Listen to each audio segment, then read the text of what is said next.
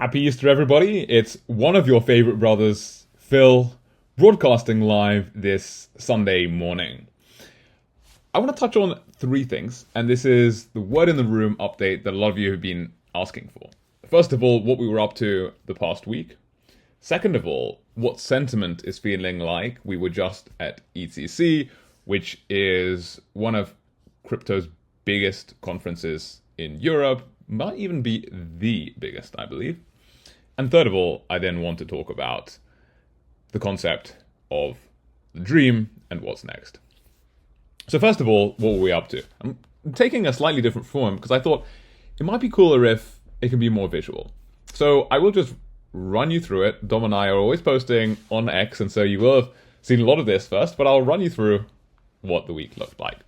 So Sunday morning, we were in Paris. We had a great set of meetings in Paris, meeting with builders, meeting with other big players, institutional people who are active in the space.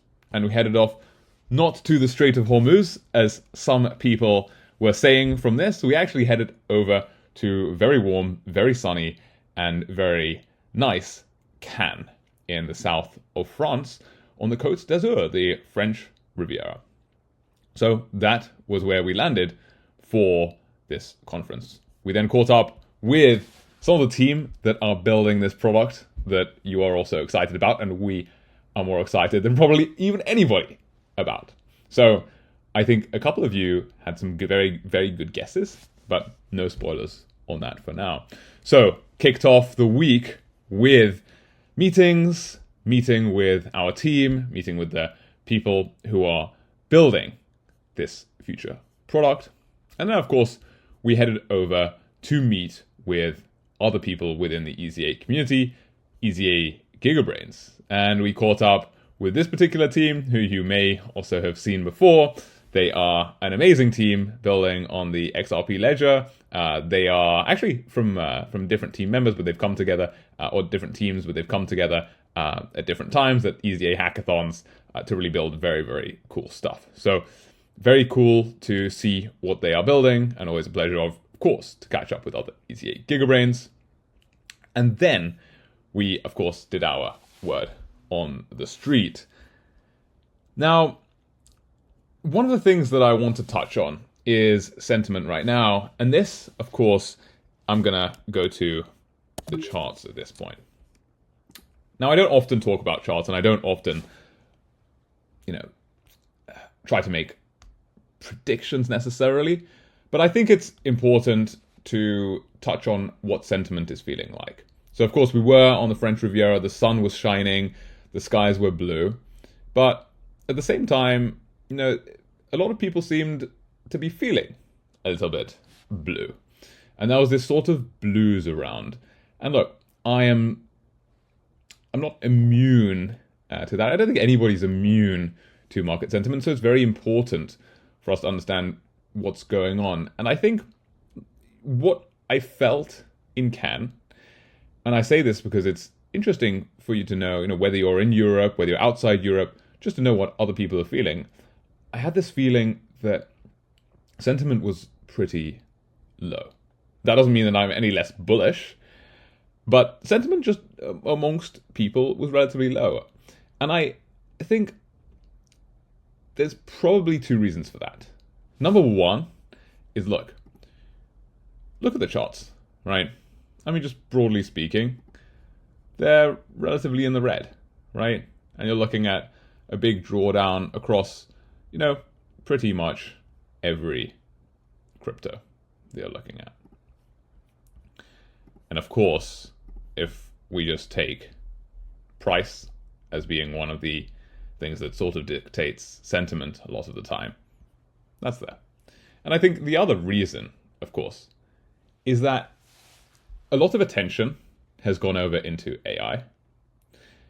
But coincidentally, or maybe even not perhaps coincidentally, that I think is one of the biggest reasons to be bullish. AI has dramatically lowered the barrier to entry in crypto, and has dramatically lowered the barrier for people to build very cool things. And we're seeing this firsthand. We've seen very smart people from the EZA community build incredible things. Build incredible things in just a weekend that previously would have taken many weeks, if not months. And so that actually is why, on the flip side, while sentiment, I feel, is... I don't want to say it's an all-time low, but I would say that sentiment is pretty low right now, especially just given current market conditions, right? I think that a lot of people feel a sort of fatigue that maybe there wasn't the same growth as perhaps some people expected. But I really do feel that when sentiment is like this, and I've just felt this every cycle. I've been in the space since 2013, and I've just got this feeling. I'm not going to go into like the technical breakdowns of this, but ultimately it boils down to this gut feeling that it feels like sentiment, whenever sentiment feels like this, I'm struggling to describe it, because it's always just this gut feeling that I've had every cycle when things feel like this. When you talk to people and sentiment is looking like that, you know that it's probably bottoming out, right? And I think that we're looking at, this moment right now where it's kind of like this calm, or maybe this sort of, sadness before the storm, right? When things really, really start to kick off. And who knows, maybe that's 1 month, 2 months, 3 months, maybe a little bit longer. I don't anticipate too much longer, but I feel like, look, again, obviously not financial advice, but just in terms of, seeing where your head's at, right? And somebody said in one of the comments for this word in the room, or a previous word in the room, that this is kind of like therapy. Look, I think if I'm just working through this myself and seeing where my head's at, I'm like, sentiment at these current levels makes me feel like, it's like the previous crashes or previous bear markets, where it's just like, it's like not particularly driven by anything rational. It's just like people are in this state, right? And I think that whenever it's been like this, I've just always been like, yeah, things are gonna change pretty soon. So that's all I'll say on that for now.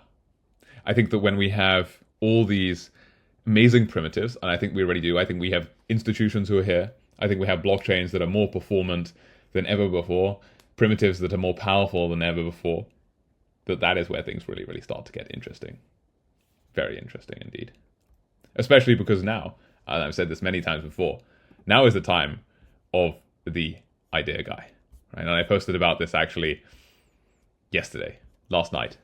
We have some of the world's smartest people. For example, Andrej Karpathy, right? Founding team at OpenAI. And he's talking about ideas as being the most important things. I think anybody with an idea will very, very soon be able to build whatever they want to build. And that's going to be a huge, huge unlock for people all over the world. And of course, crypto is one of the leading technologies, which is going to help people unlock vast potential and opportunity wherever they are. So I'm bullish. I'm bullish on ideas. And I'm bullish on the dream. And look, to wrap things up with something a little bit more jovial, I think it's always important that people have a dream. And within crypto, there's always been this kind of meme, which is like, when Lambo, right? And I sort of posted up last night. I was like, Lambo or Ferrari, right? Lambo or Rari. And I got some interesting ones. And I think everybody had their different idea of a dream. But I think it's really important, especially in times like this, to remember what the dream is. And some people said, look, it's not about the car, right? I want to feed people, right? I think that's so cool, right? Some people are like, Bentley. Other people want a house by the water. And other people are just like, I want to spend more time with my kids, right? And I think that this is something that is really, really important not to lose sight of. Whether you're a builder, whether you're going about your everyday life, at every point in my life when I've achieved something great, it's always because I've had my eyes on the prize. Whether that is because I wanted to get into Cambridge University, I wanted to come top, I wanted to do really well. At other times it was motivated by fear, and I was like, I don't want to fail, right? But really, really, I think that all these things are really important for us, especially when things do feel like they are the tough times. Remember that there's this quote by Jack Ma that I've always come back to that's really, really, really cool, which is, look, today is difficult. Tomorrow is even more difficult. But the day after tomorrow is a beautiful day. And I think at this point, we're sort of in that today period. Tomorrow might be even more difficult, but the day after tomorrow is going to be a very, very beautiful day. So don't lose track of that dream. And I hope you have an amazing Easter weekend, everybody. I just wanted to hop on here and share my thoughts because I hadn't done a word in the room in a while. And we've had some very, very interesting conversations over the past week or so. And I'm very, very excited for where we go next. Thanks, everyone, and I'll see you in the next Word of the Room.